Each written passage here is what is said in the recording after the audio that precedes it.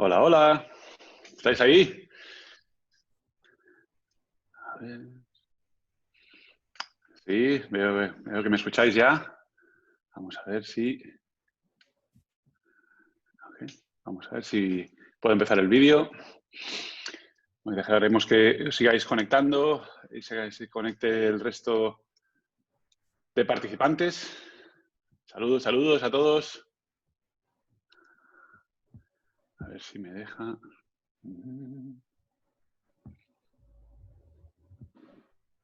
¿Me escucháis bien? Sí. Estoy probando. Mic check, mic check. En cuanto me den paso al vídeo, pues ahí estamos. Ahora creo que me vais a poder ver. Hola, hola a todos y a todas, por supuesto. ¿Cómo estáis? Bueno, parece que ya arrancamos. Well, hi there. How's everybody doing? Hope your training with Coach Madeleine Urieta was great. Hope you learned a lot about finishing, and also that you all done the healthy challenge that we had for you today. Today, welcome to the third webinar of the Pau Gasol Virtual Academy by Santander, and thank you all of you for joining us. Well, so today we have a very special guest, a very special player, a very special person. A player that doesn't need introduction, but if he lets me, I will highlight some of the milestones that he has achieved through his sporting career. He started, I think, 2 years at the Paris racing in the French Basketball League. He was selected by the Spurs 2001, the same draft. So we shared draft. Kind of our careers have been parallel pretty much. So it's been pretty cool to be able to do that. So we quickly became their starting point guard. He's won 4 championships, 4 NBA championships, all with the Spurs, named with the 6 NBA All-Star games, 3 All-NBA second teams, third team, and so forth. And he was a Finals MVP in 2007. What I love most also about Tony, it's all his accomplishments and his commitment to the French national team. We'll talk a little bit about that. And I just always perceived his passion, and it's something that I can also relate to because our playing for our countries has been so important for us in our lives. He was able to be the MVP and win the Eurobasket in 2013 with the French national team. He played 18 seasons in the NBA, and now he's a majority owner of a French Pro League, Pro A men's and women's basketball club, the Asvel Villeurbanne, and as a member of the board of directors of the OL Group, also working with North Rock, which is a company that he can talk to us about a little bit if he wants. So Tony Parker, here it is, our guy, the man. Hello. Nice presentation. Thank you. I left. We could have gone on and on for hours, but we only have so much time, and we want to make sure that everyone connected, can hear more about you. We can ask you questions, and we can talk about basketball and beyond basketball. So thanks so much, first of all, for being here with us. Thanks for having me. So at the Gasol Virtual Academy by Santander, we talk about values every day. We've been talking about values. I think on Monday we talked to Billy, as you know, your friend as well, Mm-hmm. Billy Hernán Gomez, Yep. about teamwork, the importance of teamwork. Also, we talked about yesterday. We talked about confidence with Sabrina Ionescu. And today, I think one of the things that always stands out with you, it's is your commitment to everything that you've done, from playing with the Spurs for 17 seasons with the Spurs. That shows remarkable commitment to a franchise and to a team, to a city, to your French national team as well, to your family, to the love for sport, and for you, whatever you believe in. You've been highly committed. So I think you're the best candidate to talk about commitment. So we're going to focus a little bit our questions on that. But before we go there, I guess we can start there. We can start so from 0 to 10. How do you think the commitment to life, to whatever you do, it's important? How important is it? For me, it's 10-10. For me, like if you want to be successful in something, you have to be committed. And I'm always that type of personality. I'm like super passionate.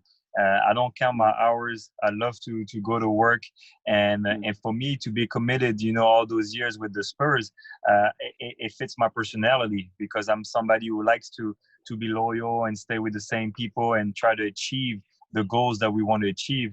Because to have greatness, you have to be committed. And since I arrived with the Spurs, we always wanted to do something great. And then with the French basketball, it was the same thing because I was focused on bringing the first gold medal in the history of French basketball. And it was hard sometimes because some summers I was tired. I didn't want to go. But at the end, it always came back in my head. No, I have to be committed. I have to come back because it's normal. It's not easy to be committed to something because when you do the same thing for a lot of years, it's tough sometimes to be motivated because to be great, it takes a lot of energy.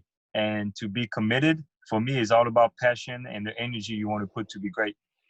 No question. I totally share the same feelings about it. And I think, first of all, you want to find something that will be worth your commitment, right? Something that you're really passionate about. And then once you find that, the only way to excel and find out how good can you be and how far you can get to, it's by fully committing to it. And that's the only way to really, I think, find out and achieve your potential. So I think you definitely have proven that with everything that you have done, and I'm excited for what what's next and what you continue to be doing, and how you're going to continue to have an impact in many different levels. So and we can talk about how you believed in Asvel and Lyon, and you're still giving back and being very present, inspiring your country and the youth there. It's so important. How also the importance of women's basketball and the role of women in sport, how that's also very important to you, and you're doing a great job, and you're creating partnerships there. And also how you want to give back to young players and advise them and share your knowledge and help them be in better positions, because athletes are always facing challenges, and they're not for the most part educated enough, and they're not ready to deal with so much that is thrown at them at a very young age when you're not prepared. So I just want to commend you with for all of that, and thank you. I highly value it. And so I mean, when one of the things that I remember very vividly, it was in 2007 in Madrid when we played that Eurobasket. And you I think you won, at that point, you won already 2 championships with the Spurs. Three at that point. And you were, I remember that we kind of went to this, I think it was like the Nike suite, the Nike kind of at the hotel that we were staying. And I think you had a game that night, but you were always so excited and so ready to play. It was very hard for you to even kind of like rest and relax, because you were like so excited to play for your national team. And you told me something that was like, man, I would change one of my NBA championships for a gold medal with my national team, right now. I remember. And I because was like, for me, like it was like I don't know, something like when I was 14 years old, I was very grateful to be with the national team, because I come from a poor family. We never had anything, no money, and the national team was a way for me to travel, all Europe, and I have some great memories. And so I just promised to myself, like when we won I remember I was 16, and when I saw you play in the semis, and Raul Lopez hit that shot to win the game, go to the finals, and then you win in the finals. I remember telling myself, like, man, I never won anything as a team. And your team inspired me, because then I was like, with my generation, I wanted to do the same thing. And so then when we won the gold medal when I was 18 years old, I don't know, something in my heart, I was like, man, I need to win a gold medal for the country. It's just different, because it's nice to win with your team, but when you play for your country, it's different. And that's why you and me, we like the same with that commitment and come back for your national team.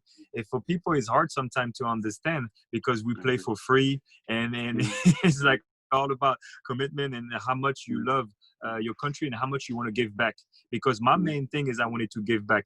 I wanted to be a good example for French basketball. I wanted to be a good ambassador, and I took that role very seriously.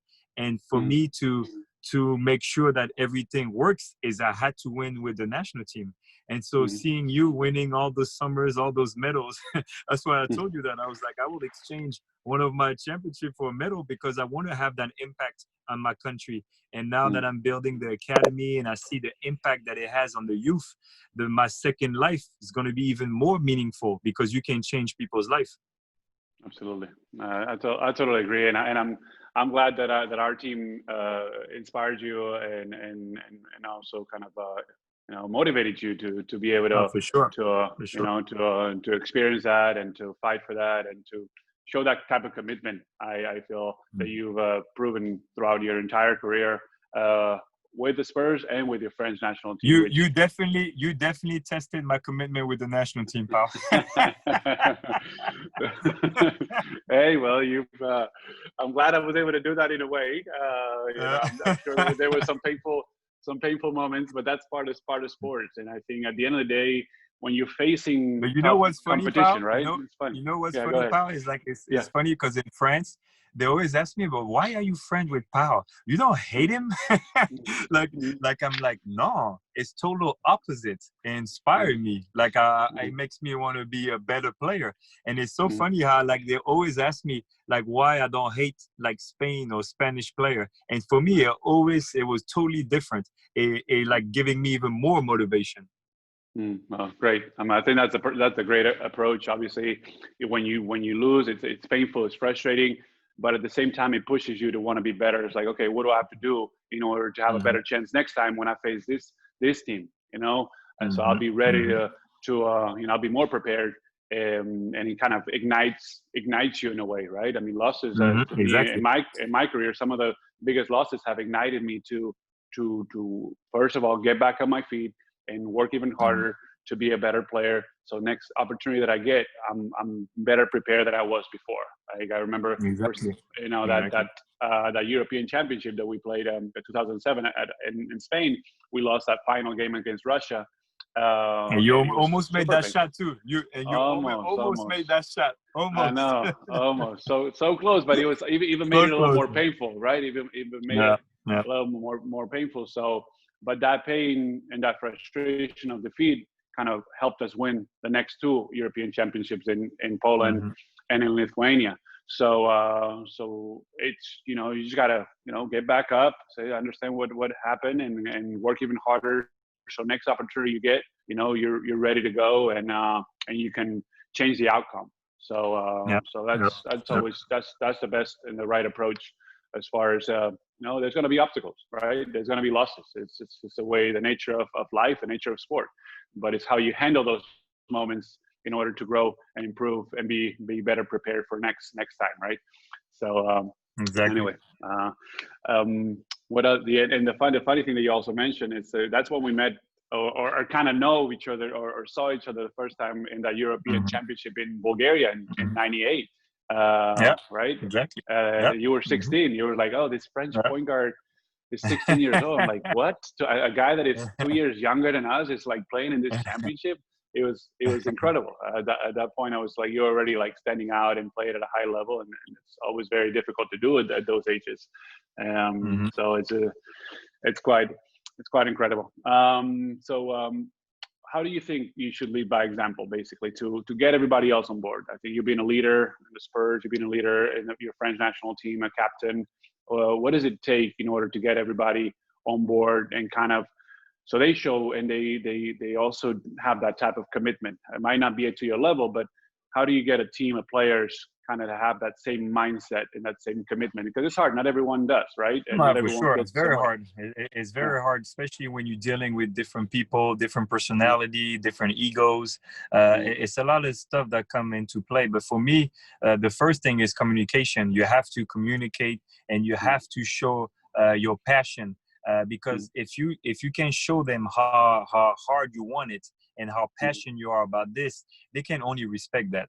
And so Mm, for me, especially with the national team, I will always spend a lot of time talk to my teammates at night, go see them in their room, see if they were okay, spend mm, time to know them, because they were like, oh, he's Tony Parker, NBA champion. He's not going to spend time to know us. And I will mm, always do the extra stuff to make sure that we all we can communicate. You can talk to me. You mm, can come for anything, because we have to be a team. Because to win, mm, as you know, Pau, everybody has to be on the same page.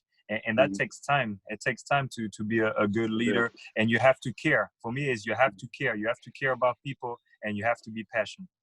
Yeah, absolutely. I think your teammates and your team, your coaches, they have to perceive that passion. They have to perceive that type of commitment from you, from from the leader For sure. or from one of the, Yeah. the top players. And I think once they see that passion, they see that commitment, they see that dedication, it's inspiring and it's contagious as well. But to me, I always said, you have to lead by example. I have to show these guys how much this matters, how how special and meaningful this is. We have every summer we have an opportunity to come together and spend some time together and work together, but we have to make it fun, but make it competitive and take advantage of these unique opportunities, because our careers are pretty limited. You never know when they're going to be over. We've Yeah. both been lucky to play for a long time, Mm-hmm. but it's it's limited. You never know when your last championship or your last uh, whatever season is going to be. So to give that type of sense of urgency also and share it with the players, at the same time you getting to know them, you take time to, hey, let's go to dinner, guys, let's create that bond and that chemistry. And I think that's also something that the Spurs were very different, I think, from most NBA teams. And Pop Yep. did a great Yeah. job as far as bringing people together, making sure that on the road you stay the extra night and you don't leave right away. Mm-hmm. And we spend that time at dinners, right? Mm-hmm. And we, Mm-hmm. and I think that was such an important part of, I feel, I agree. the Spurs success, right? Yeah, You I got to agree, build that because chemistry. when you have great teams, and everything matters, and those small little details matters. When you play great teams, I think it makes a difference when you spend that time together and you care about each other. And I think Pop Lee, he was always big in that, doing those dinners, and those famous dinners, because we played together for 3 years with the Spurs. Exactly. But Absolutely. for me, it was huge. For me, it was huge, because when you go in a battle, and it's tough, and it's a long season and the playoffs, I think at the end, it's nice to have all that bonding time, because then we care about each other. Yeah, no, absolutely. I love that part. When we played it together in San Antonio, and that commitment and that culture that you guys built for so long in San Antonio, that's something that attracted me, and that I wanted to be a part of. And plus, Mhm. the respect that I have for you and for Manu, and what you guys were able to do. That's kind of what it's like. Okay, I gotta now. I remember that my first free agency, when I left the Lakers, I decided to go to Yeah, went Chicago, to and Chicago. then Yeah. the second free agency 2 years later, I was like, okay, let's rethink this again, and let's. I think you and Bob and Manu, obviously, and the rest of the team was great as well. But you guys, because of the longevity and what you've been able to build, and I feel like feeling very close to to all your values. I Mm-hmm. wanted to Mm-hmm. experience that. It didn't quite convert into a championship, but it was something in memories and relationships, I feel, and friendships that will last. Will stay with us for the Yeah, rest of for our sure. lives. So For I'm sure. glad that we had those experiences and Mm-hmm. those moments. What recommendations would you give to the participants that are listening to us from our academy, as far as to work on their level of commitment? What would you tell them? Basically, just enjoy it right now. Just enjoy, Mm-hmm. basketball, and don't count your hours, because everybody, yeah, you have to work hard, you have to do this, but don't forget that it's a game first, and you have to enjoy the game and love the game. Because a lot of people, when I do basketball camps, Paul, their first question is like, oh, what is it to be famous, or talk about money or stuff like that. But Right, me, when I right, started playing basketball, I yeah, didn't even know what it was being famous, or money or stuff like that. My first right, question was like, how do you do this shot, or how do you dribble like this? And now the kids of today, I think sometimes they forget, yeah, and they play for the wrong reason. and then they depressed, if they don't make it. Just play for the love of the game first. Enjoy the game, learn the history. The people were before you. Me, I was a big student of the game. I will watch, the history, EuroLeague, NBA. People came before me and have a respect for the game. I will start with that. Yeah, no, I think that those are all great points. And I think it goes back to identifying what you're passionate about, So I think that's what you mean about doing it for the right reasons. You're doing something because you love to do it, and then that love will drive you to want to put in the time, to want to learn, to want to, sacrifice other things, prioritize that particular activity. And then things come after that. But we didn't start playing basketball because we wanted to be famous or we wanted to, make a certain amount of money. We just loved to play the game. And as we got better, and can continue to work and put in the time, things started to happen for us, right? But I think it starts there, and I think that's a great point. And then you fully dedicate to it, and you excel. You keep growing up. You keep moving forward. Beautiful. All right, let's start with let's follow with some Gasol Foundation questions. Let's see. The Gasol Foundation. That's right. We're in a mission here to make kids healthier and help everyone be a little bit healthier. So when we play a sport that we are passionate about, emotions and feelings like joy, happiness, satisfaction can appear. But sometimes we can also feel nervous, upset, worried because things aren't going as well as expected. So what did you use to calm down, to kind of keep yourself balanced during those moments, during the hardships, during the stress? So during my career when I was playing in the NBA? Yeah, during the career in the NBA with the French national team, when there's been like difficult times, injuries, stress, pressure, defeat. For me, the best was like my support. I had a great family support. My parents, they were always there for me. I was very close to my brothers, just like you. And I think when I was like stressed or down or not feeling good, I think having a great family support is important. Because sports, is brutal. It's a lot of competition, and it can be very disappointing sometimes because you can have tough losses. So having a great support around you and choosing your friends too, because you can't choose your family, but you can choose your friends. So choose well and people that are there for you for the right reason. Yeah, no, it's super important. Is family having a huge or big support system is very important because there's so many ups and downs, right? In sports, and it's very up and down. Yep. So to have a consistent kind of team with you that you can count on, that you can rely on, that they love you the same if you play great or if you're struggling, if you're succeeding or you're not doing so well. Or so I think that's for me, my family was huge when they decided to come with me to Memphis my first very year in the NBA. They gave me a tremendous amount of support, and I just felt better. I just felt like more confident. I just felt like no matter what happened on the basketball court, I would still go to my home in Memphis, Tennessee, that I didn't know anything about. There was a foreign country, foreign culture, foreign everything. But it just gave me that strength, that pillar that I could always sustain in. I would say, hey, no matter what happens on the floor, I go back to my home and hear my parents, hear my brothers that I love. So I think that's the thing I will add then is like personally, I was always trying to be like find that happy middle. Like when everything was going well, not be too satisfied and not be too happy. And when everything was going bad, then not be too hard on yourself too. Because like you say, it goes both ways. You're gonna have a lot of up and downs. A career is up and down. And it's the way you're going to manage, those feelings and the up and downs that'll make your career successful or not. Absolutely. So what they say, never too high, never too low, trying to find that middle, trying to find that balance. No matter how much you achieve, you're still grounded. You're still yourself. Exactly. You're still a person. It's okay. And even when you're struggling, or you're missing, where you're not feeling well, when you're injured, you're still yourself. It's okay. We'll get back. We'll get back with work. We'll get back to where we were, or life goes on. So you can appreciate things. Exactly. And I think from as far as choosing your friendships, I think it's also very important, as you mentioned, is you can choose your friends. So you got to really see and pay attention to who's around you when things are going well, but who's really around you when things are not going well. You know, who's reaching out, who's being attentive, who's next to you when you're struggling, because not many of those, when things are going well and they would love to be your friend or hang out with you and celebrate with you when you're doing well, are not going to be there when you're struggling. So I think that's a great point.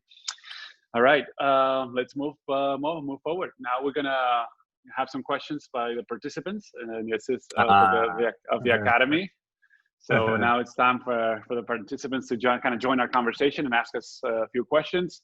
We'll start with 2 winners. Every day we have challenges and contests, and the winners of those contests kind of get to join our calls and ask questions. The first winner of the training challenge, and then the winner of the healthy challenge. All right. Okay. So let's see.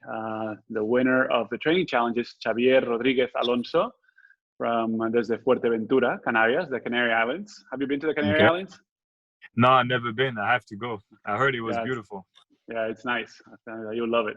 It's real nice. So Xavier is going to ask us a question. Let's see what he's got. He's connecting. There you go. I see Xavier. He's going to be unmuted soon. Hola, Xavier. Fuerteventura, sácale el mute. Hola. Ahí. Hola. Bueno, muchas gracias por la oportunidad de estar aquí. It's a dream to talk to 2 legends like you. It's an honor, and well, I'm a huge fan. I even get you, Pau, here. Oh, nice, a bubblehead. Tony here. There we go. And nice. Well, I wanted to take a second to honor the Mamba in such a special occasion for me. And well, I wanted to ask something to you both.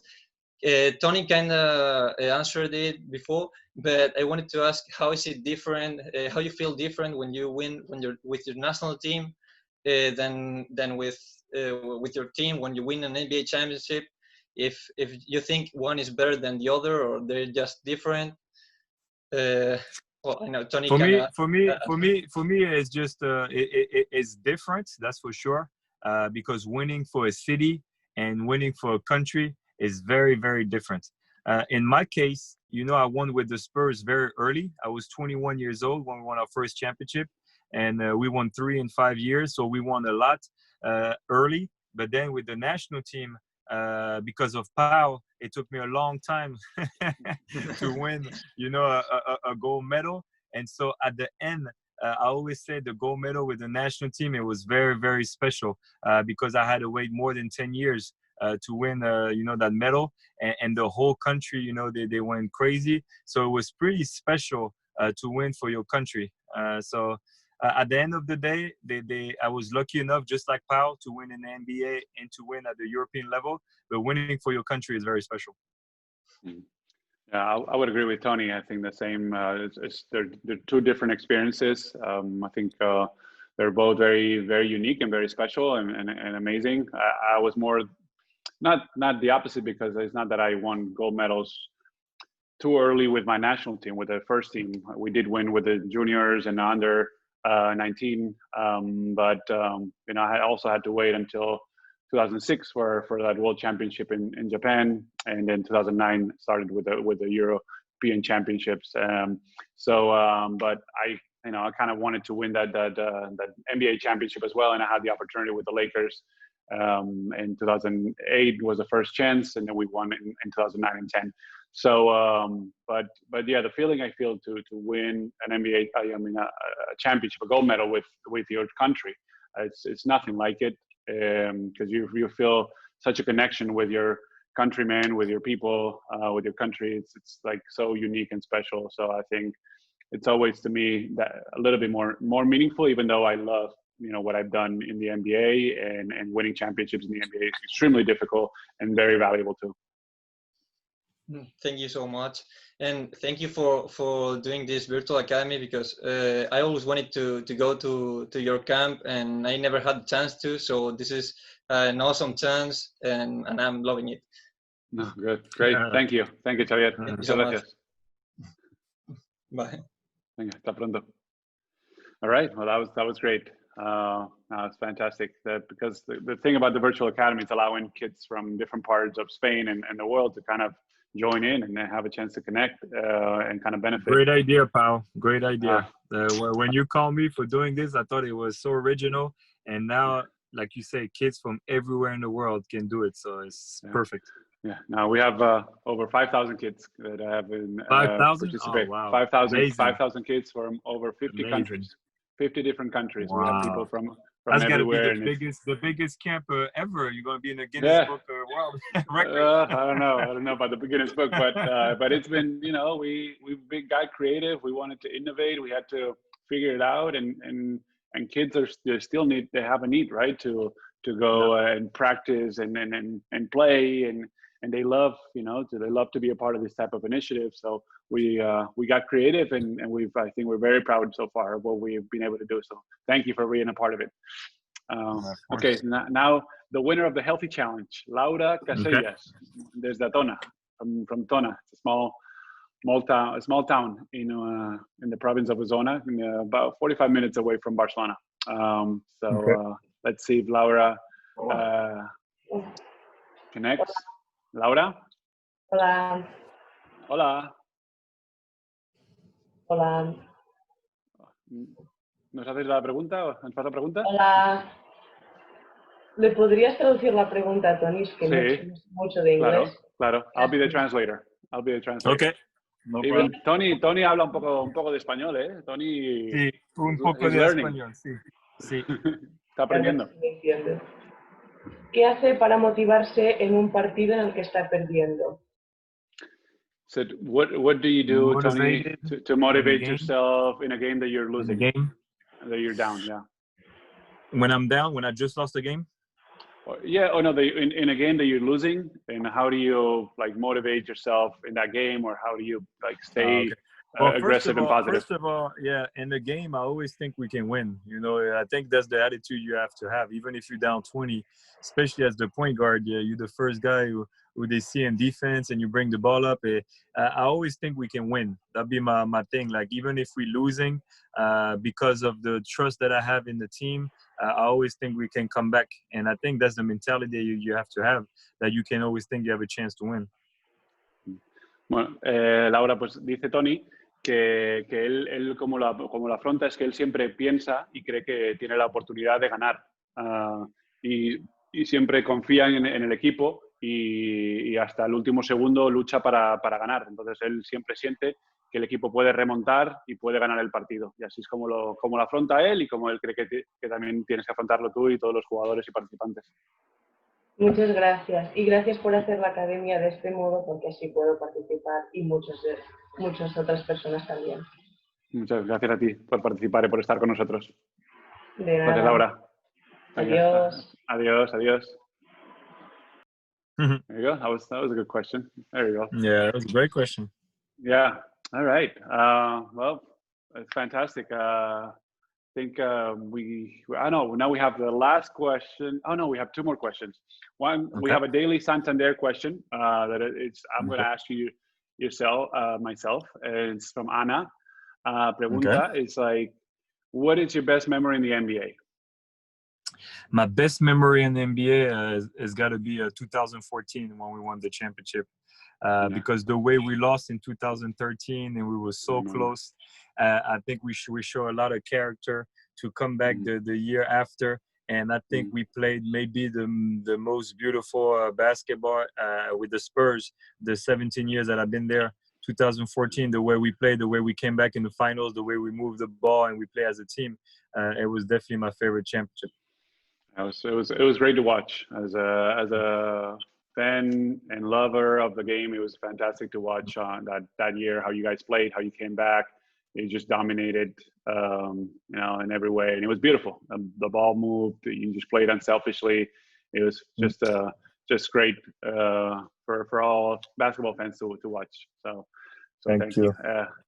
Mine was the 2010 7-game series against the Celtics. Against Boston, Game 7, yeah. So it's kind of also the same. We lost in 2008, and that was our chance to kind of redeem, kind of return the favor. So that was great. All right, and now the last one is now all the moment that they're all the participants are connected to the call are be waiting for. One of them will be chosen to ask Tony a question. So let's see who that participant, who is the lucky one that will be able to ask a question. Let's see who's the lucky one. Let's see. All right, we have Leire Cuberas. Let's see you in, so we always pick someone random from everyone that connects to the call. Leire, hola. Hola. Hola. Oh, Go. with the Spurs shirt. There you go. Hello. I have a question for Pau. I want to know, and she has a question for Tony. Oh, I see. Great. I was wondering, what are your preferred destinations when you recover from your injury in the NBA? What are some of your preferred teams that you want to go to? Okay. But I don't know if I have a preference. You know, if I'm able to heal and I have a chance to play again, maybe I just want to be in a good situation that I can enjoy, that I can contribute on and off the floor, and I can have fun. What could be my last year and my last games as a basketball player. So I just want a right situation with the right team. You know, if it's the Lakers, the Lakers. If it's it doesn't matter. It's not about so much a team. It's now Pau just announced to come back to the Lakers. Breaking news! If it's Spurs, it's a Spurs. It's like it's I just want to enjoy what maybe my last, what it could be my last games on the basketball floor as a professional basketball player. So that would be my answer. And now, Lady. A question I have for Tony Parker is, who did you look up most to when you were growing up in basketball? When I was growing up, but my family is from Chicago, so we were huge Chicago Bulls fans. So my favorite player growing up was Michael Jordan. So he definitely had a huge impact in my career. Very good. Thank you. Well, thank you guys. Thanks for your questions. Thank you. Thank you guys. There you go. Go Spurs, go. Was that a DeMar? Do you think there was a DeMar DeRozan jersey? I don't know. Maybe it was Dennis Rodman. I don't know. With the Last Dance making a comeback. I don't know if I saw the Nike logo. I think would no, it was a DeMar for sure. Yeah, for sure. All right, Tony. Man, I really enjoyed talking to you.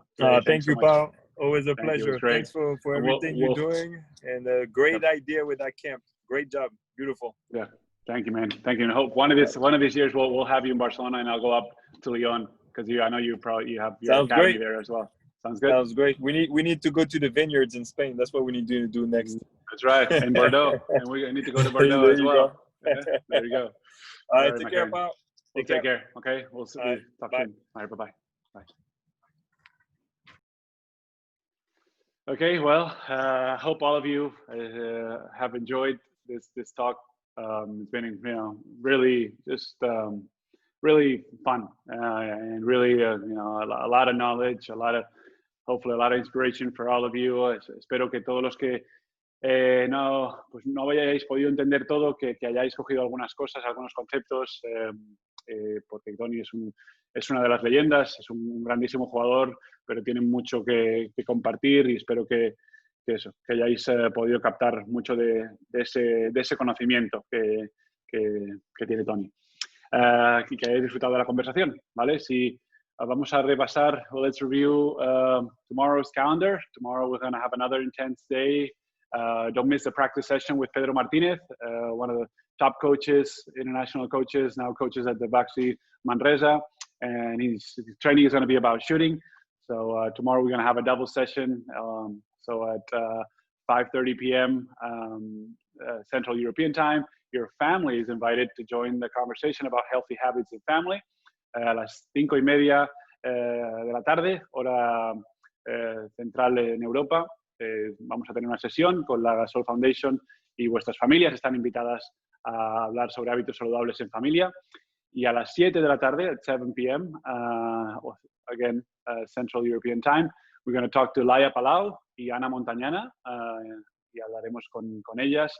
Así que no os lo perdáis. Don't miss it. It's going to be, I think, another great conversation, and I'm just enjoying this conversation so much. I hope you are too. Espero que estéis disfrutando tanto como yo estas conversaciones, que creo que son súper estimulantes y tienen muchísimo contenido y muchísimo conocimiento. Pues nada, descansar, que paséis una buena tarde, un resto del día o de la noche. Mañana tenéis que estar preparados para otro día de trabajo y nada, seguir cuidándoos y seguir las recomendaciones de las autoridades sanitarias para seguir pues teniendo mucho cuidado con la pandemia que estamos atravesando.